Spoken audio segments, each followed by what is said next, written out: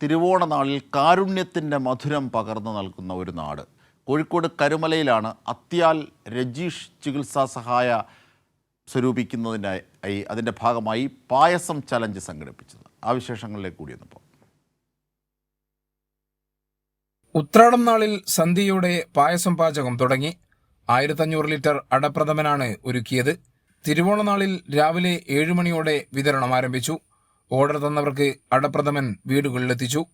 1 litre ബോട്ടിലിൽ വിതരണം. ആവശ്യക്കാരെ squad പ്രവർത്തനത്തിലൂടെ മുൻകൂട്ടി കണ്ടെത്തിയിരുന്നു. എഗരൂൽ പാചകപ്പുരയ്ക്ക് മുന്നിലെ കൗണ്ടർ വഴിയും വിൽപ്പന നടന്നു. ചികിത്സയുമായി ബന്ധപ്പെട്ട ധനശേഖരണത്തിന് വേണ്ടിയിട്ടാണ് ഈ ഒരു ചലഞ്ച് നടത്തിയത്. ഈ തിരുവോണ നാളിലായിട്ട് പോലും ഈ പ്രദേശത്തെ ഒരു പറ്റം ആളുകൾ അവരുടെ കൂട്ടായ്മയിലൂടെ ഈ പരിപാടി വമ്പൻ വിജയമാക്കി തീർത്തിട്ടുണ്ട്. 2 കിഡ്നികളും നഷ്ടമായ രജീഷിനെ ജീവിതത്തിലേക്ക് തിരിച്ചു കൊണ്ടുവരാനുള്ള പ്രയത്നത്തിലാണ് ഒരു നാട്. കിഡ്നി മാറ്റിവെക്കുന്നതിനായുള്ള ധനശേഖരണം പുരോഗമിക്കുന്നു.